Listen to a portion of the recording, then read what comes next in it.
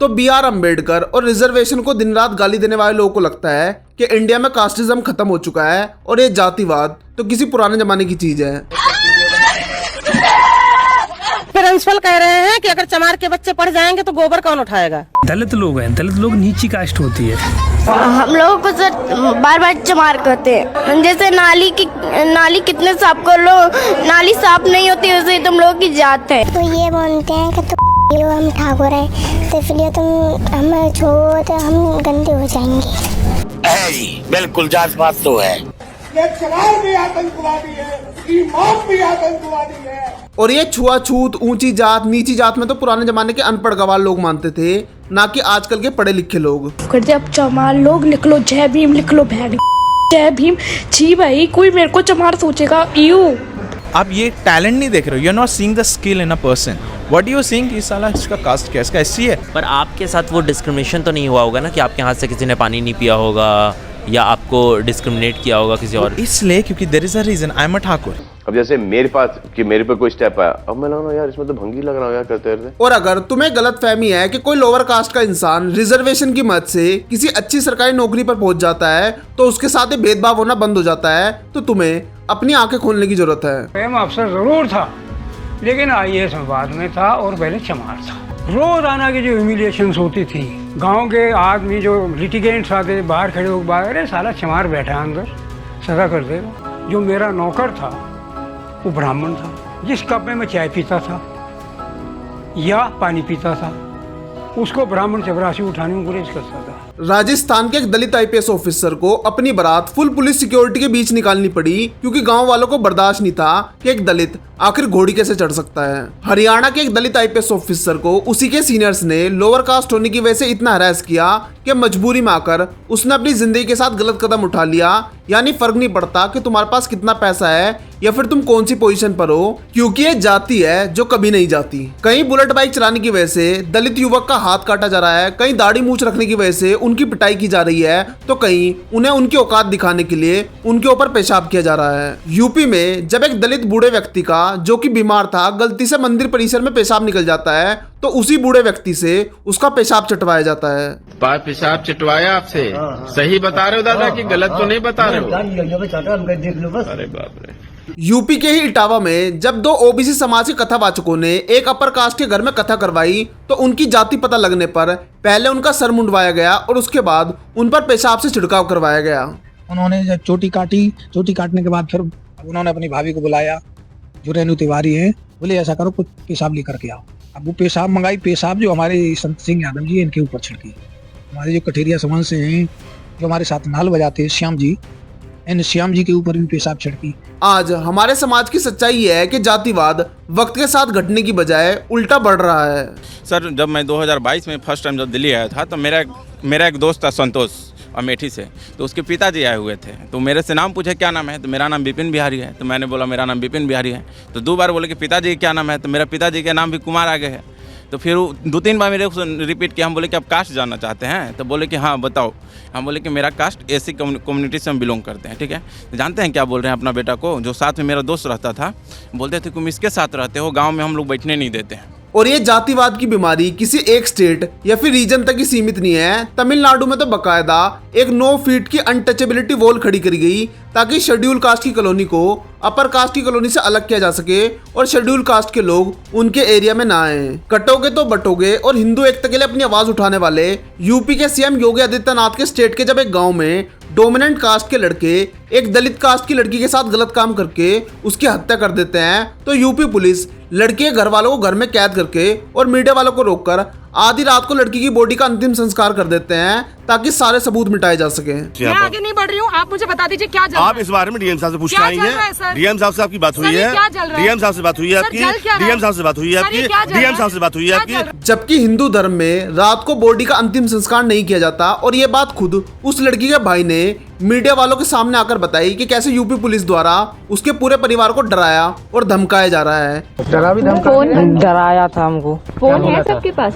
Phone नहीं है, phone तो छुड़ा लिया है, पहले के किसी को बुला नहीं ले। धमकी दे रहे हैं? उनको धमकी दे रहे हैं, उनको मारा था, उनकी छाती पे लात मारा था, सो उनकी दर्द हो रहा है। किसको छाती पे लात? उनके डीएम सामने मारा। ये है हिंदू एकता। और हमारे देश में लोअर कास्ट के लोगों को कितना इंसान समझा जाता है कि कर्नाटका में जब एक दलित लड़की ने एक वाटर टैंकर से पानी पी लिया तो उस पूरे टैंकर को खाली कराकर उसे गौमूत्र से पवित्र कराया गया। यानी इनकी नजरों में एक लोअर कास्ट का इंसान गौमूत्र से भी ज्यादा अपवित्र और गया गुजरा है। हाल फिलहाल में हमारे पूर्व सीजीआई जस्टिस गवई, जो कि एक दलित कम्युनिटी से आते थे, भगवान विष्णु को लेकर एक कंट्रोवर्शियल और गैर जिम्मेदार बयान दिया, जिससे मैं तो क्या दुनिया का कोई हिंदू एग्री नहीं करता।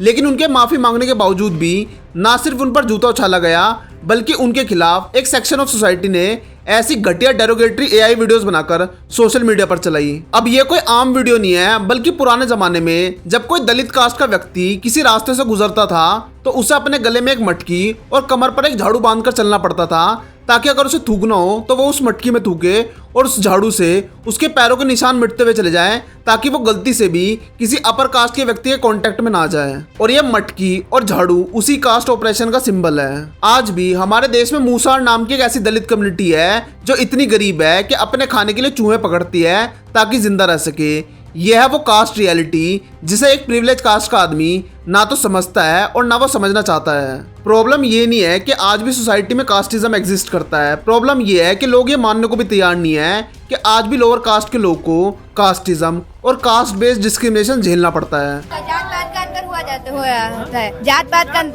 हाँ कौन करता है? बहुत टीचर्स लोग करते हैं। सरिता मैम रंजना सर सब कहते हैं कि तुम इन लोग की कास्ट की हो, यहाँ पे बैठोगी, तुम लोग यहाँ पे खाओगी, सब तो यही सब बोलते इतने बड़े घर के तुम इसमें खाओगी, इन लोगों के साथ खाओगी, ये बोला जाता है। और सोसाइटी में कास्टिज्म खत्म हो चुका है, ये बात वो लोग बोलते हैं जो खुद अपर कास्ट या फिर प्रिविलेज कास्ट से आते हैं। ये कुछ ऐसे ही हो गया कि मैं लड़का होकर सारी लड़कियों के बिहाफ पर बोलना शुरू कर दूं कि इंडिया में तो सारी लड़कियां सेफ हैं और यहाँ पर लड़कियों के साथ कुछ गलत नहीं होता। हमारे पूर्वजों को उम्मीद थी कि जैसे जैसे सोसाइटी प्रोग्रेस करेगी और लोग पढ़ लिख जाएंगे तो कास्टिज्म अपने आप खत्म हो जाएगा, लेकिन हो बिल्कुल इसका उल्टा रहा है। आज के टाइम पर लोग अपनी गाड़ियों के पीछे अपनी कास्ट लिखवाकर फ्लेक्स कर रहे हैं और इंटरनेट पर अपनी कास्ट के सुपीरियर जीन्स होने का दावा कर रहे हैं। प्रॉब्लम यह है कि caste pride is also caste discrimination, क्योंकि जब तुम ये कहते हो कि मेरी कास्ट या फिर मेरे जीन्स दूसरी कास्ट के मुकाबले ज्यादा सुपीरियर हैं, तो जाहिर सी बात है जब तुम सुपीरियर हो तो तुमसे कोई इन्फीरियर भी होगा। बाबा साहब अम्बेडकर, जिनका इंडिया का कॉन्स्टिट्यूशन बनाने और नेशन बिल्डिंग में इतना बड़ा कंट्रीब्यूशन है, आज उनके नाम पर कास्टिस्ट स्लर्स बनाए जा रहे हैं, जैसे भीमटे, नीले कबूतर, और उनकी मूर्तियों को तोड़कर उनमें आग लगाई जा रही है। वो तो लोगों के अंदर आज SC/ST कानून और जेल जाने का डर है, इसीलिए वो शांत हैं। लेकिन अगर तुम उनके ऊपर से तलवार हटा लो तो तुम्हें आज कास्टिज्म का वो गंदा रूप देखने को मिलेगा कि तुमने कभी सपने में भी सोचा नहीं होगा। क्योंकि वो कास्टिज्म का कीड़ा आज भी हमारी सोसाइटी से गया नहीं है और आज भी वो हमारी सोसाइटी को दीमक की तरह खा रहा है। लोग कहते हैं जो ब्राह्मण और ठाकुर जो उनके अंश के बच्चा पैदा होते हैं ना, वो कहीं डरेगा नहीं, हजारों आदमी में गोली खा जाएगा या मार देगा। और निचली जात का जो अंश होगा ना, उनमें लोग, अब हम लोग ही बेकार हो गए, उनमें अंश चले गए ना, तभी हमसे अकड़ जाते हैं। नहीं वो अकड़े नहीं, उनकी क्या ताकत है? मिलिट्री में, फौज में मतलब कोई निचली जात का देखा है क्या? सब सूरवीर होते हैं, वहाँ जवानों मतलब पीछे नहीं हट सकता। कई IAS अफसर होते हैं शेड्यूल कास्ट, शेड्यूल ट्राइब से, उनमें अंश चले गए ना हमारे लोगों के।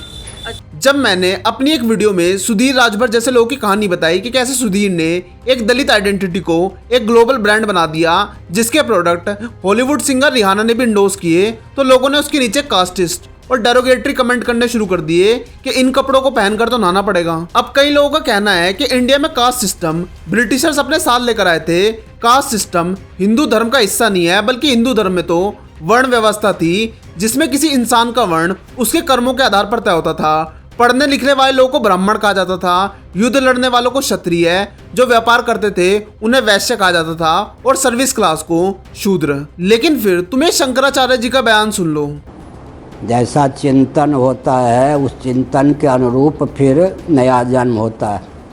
इसका अर्थ क्या हुआ?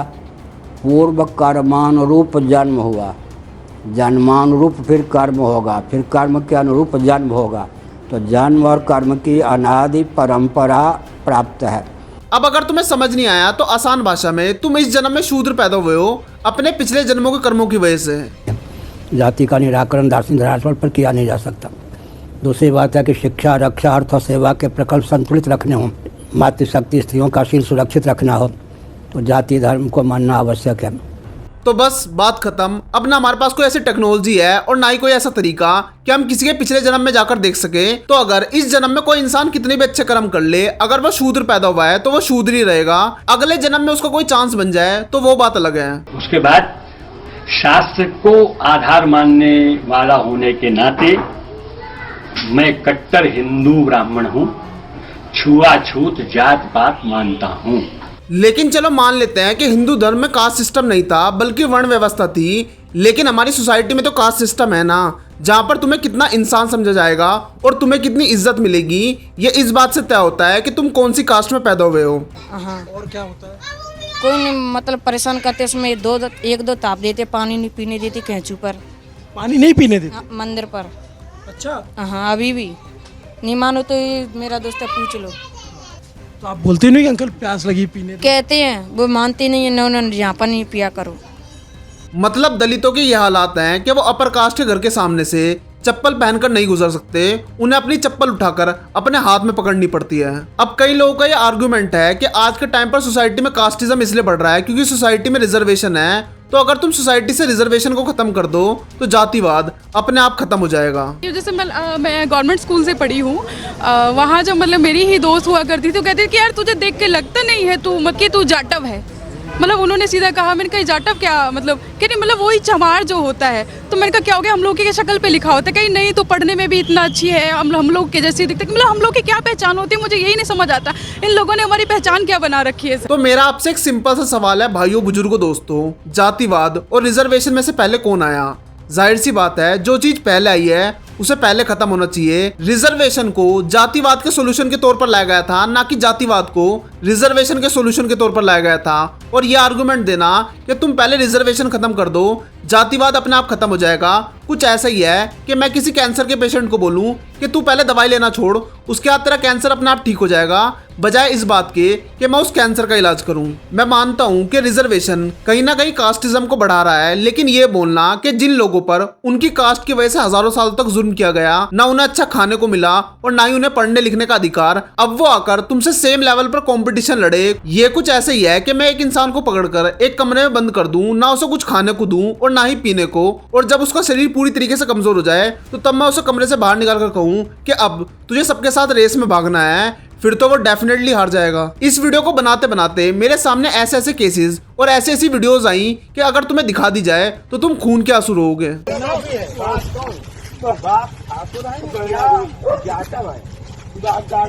रिजर्वेशन को लेकर एक झूठ जो तुम्हें बार बार बोला जाता है कि सिर्फ इंडिया में रिजर्वेशन है, लेकिन रिजर्वेशन की तरह पूरी दुनिया में अफर्मेटिव एक्शंस लिए जाते हैं ताकि सोसाइटी में जो लोग पीछे रह गए हैं या फिर हिस्टोरिकली जिनके साथ डिस्क्रिमिनेशन हुआ है वो भी आगे आ सके और उन्हें भी रिप्रेजेंटेशन मिल सके। जैसे कि अमेरिका में ब्लैक पॉपुलेशन के लिए अफर्मेटिव एक्शन है, वरना अगर ये मेजर्स ना लिए तो सोसाइटी में इतना भेदभाव बढ़ जाएगा कि पूरी सोसाइटी कोलैप्स कर जाएगी। यही रीजन है कि सिर्फ इंडिया ही नहीं, इंडिया के बाहर के देशों में भी रिजर्वेशन दिया जाता है, क्योंकि देश सबको साथ लेकर चलने से बनता है। वरना देश के लिए एक न्यूक्लियर बॉम्ब से भी बड़ा खतरा हो जाता है अगर देश के अलग अलग कम्युनिटी देश के ही खिलाफ हो जाए। और ये जो लोग हर समय मेरिट मेरिट का रोना रोते रहते हैं, मेरिट आखिर क्या है? एक प्रिविलेज ही तो है कि तुम कौन से घर में पैदा हुए, दुनिया को लेकर तुम्हारा क्या एक्सपोजर है, या फिर तुम्हारे माता पिता तुम्हारे लिए कितनी अच्छी गाइडेंस या फिर एजुकेशन अफोर्ड कर सकते हैं। तुम्हें क्या लगता है एक अमीर बाप का बिगड़ा हुआ लड़का मेरिट में तुमसे आगे है? लेकिन नहीं, फिर भी वो जिंदगी में तुमसे आगे होगा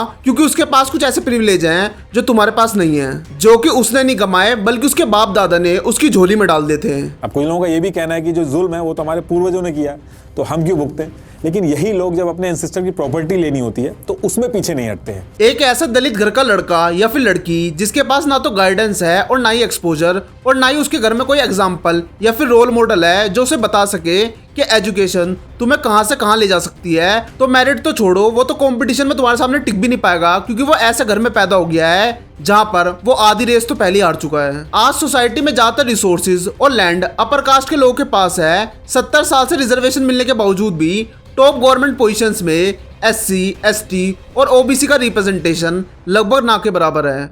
हर चीज में सबसे ज्यादा जो हिस्सेदारी है वो अपर कास्ट की है, और ये कोई कोइंसिडेंस नहीं है। देश भर की जितनी भी इंपॉर्टेंट पोजीशन है उसमें 400 से भी ज्यादा RTI डाली गई, उसमें बैकवर्ड क्लास का रिप्रेजेंटेशन ना के बराबर था, इनफैक्ट नील था। और मैं तुम्हें गारंटी देकर कह सकता हूँ कि अगर तुम आज रिजर्वेशन को खत्म कर दो तो जो तुम्हें SC/ST कम्युनिटी में थोड़ी बहुत प्रोग्रेस और रिप्रेजेंटेशन देखने को मिलती है वो एक झटके में खत्म हो जाएगी और ये लोग वापस अशिक्षा, गरीबी और भेदभाव की खाई में धकेल दिए जाएंगे। कास्ट बेस्ड रिजर्वेशन के अगेंस्ट एक और आर्गुमेंट दी जाती है कि रिजर्वेशन इकोनॉमिक स्टेटस के आधार पर होना चाहिए, ना कि कास्ट के आधार पर।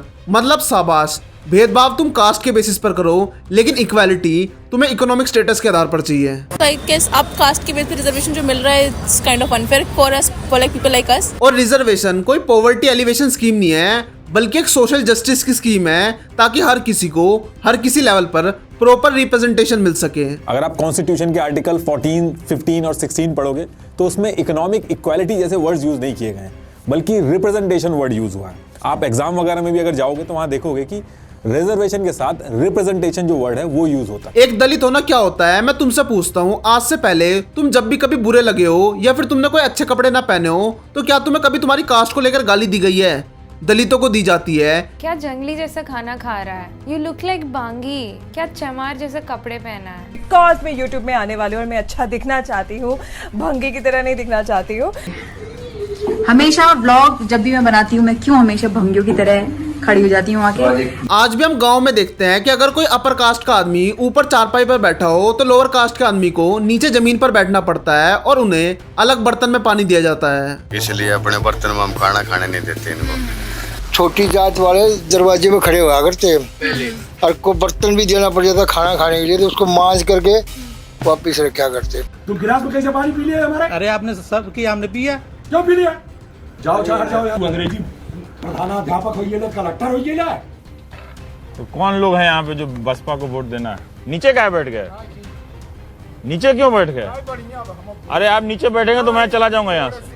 मैं तुमसे पूछता हूँ, तुम बहुत इक्वालिटी करते हो। अगर आज तुम्हारे स्कूल में एक दलित कास्ट का बच्चा आ जाए जिसके father by profession manual scavenging करते हो तो स्कूल के बाकी बच्चों का उसके प्रति क्या व्यवहार होगा? सच सच बताना। तुम्हें लगता है कि कोई बच्चा उसके साथ अपना लंच शेयर करेगा या फिर वो अपने फादर का प्रोफेशन बताने में कंफर्टेबल होगा? और अगर उससे कुछ गलती हो जाए तो स्कूल के बच्चे उसे क्या बोलकर बुली करेंगे ये हम सब जानते हैं। कुछ लोगों का एक बिलीव होता है, अगर आप देखोगे कि अगर एक झाड़ू वाला अगर आपको आके पानी देगा आप पियोगे। मेरा क्या है, अगर मुझे कोई देगा आई वोंट टेक दैट। हम सब हिंदू एकता और हिंदू राष्ट्र बनाने की बात करते हैं लेकिन मेरा तुमसे एक सवाल है, इस सेकुलर कंट्री में जहाँ पर कॉन्स्टिट्यूशन सबको इक्वालिटी से जीने का अधिकार देता है, यहाँ पर दलितों के साथ इतना डिस्क्रिमिनेशन किया जाता है तो सोचो हिंदू राष्ट्र में जहाँ पर मनुस्मृति जैसे हिंदू धर्म के कानून लागू हो जाएंगे जिसमें शूद्रों के लिए एक से एक घटिया बात लिखी है तो वहाँ पर तो दलित और लोअर कास्ट की हालात जानवरों से भी बदतर हो जाएगी। 272 है 8वें चैप्टर का। शूद्र द्वारा अहंकार वश ब्राह्मणों को धर्म उपदेश देने का दुस्साहस करने पर राजा को उसके मुंह और कान में गर्म तेल डाल देना चाहिए। उसके बाद उच्च वर्ग के लोगों के साथ बैठने की इच्छा रखने वाले शूद्र की कमर को दाग करके उसे वहां से निकाल भगाना चाहिए अथवा उसके नितंब को इस तरह से कटवा देना चाहिए जिससे वो न मरे और न जिए। 280 चैप्टर 8 का। वो तो अपने ही देश में एक थर्ड क्लास सिटीजन बन जाएंगे जिनके ना तो कोई अधिकार होंगे और ना कोई डिग्निटी। पैरों से शूद्र अजायत बने पैदा हुआ, ठीक है, वेद कह रहे हैं। देखो वोट लेने के लिए और चुनाव जीतने के लिए सुनने में काफी अच्छा लगता है कि हम सब एक बराबर हैं, लेकिन तुम्हें भी ग्राउंड रियलिटी पता है कि आज भी अगर यहाँ पर दो डिफरेंट कास्ट के लोग आपस में शादी कर लेते हैं तो समाज वाले उनकी ऑनर किलिंग करवा देते हैं। हम तो पहले उसको मार देंगे, लड़की को, लड़के को भी कहानी खत्म करो उसकी। ये ऐसे कर लिया तो फिर इज्जत का बच्चा तो लाग गया। तो या तो हम सब मिलकर खुद से वादा करें कि हम साथ मिलकर इस भेदभाव और ऊंच नीच से लड़ाई लड़ेंगे, वरना आने वाले कई सालों तक हमारी सोसाइटी ऐसे ही इस भेदभाव और ऊंच नीच की आग में जलती रहेगी जिसका कोई तीसरा बाहर से आकर फायदा उठाकर चला जाएगा, जैसे कि इतिहास में हमेशा होता हुआ है।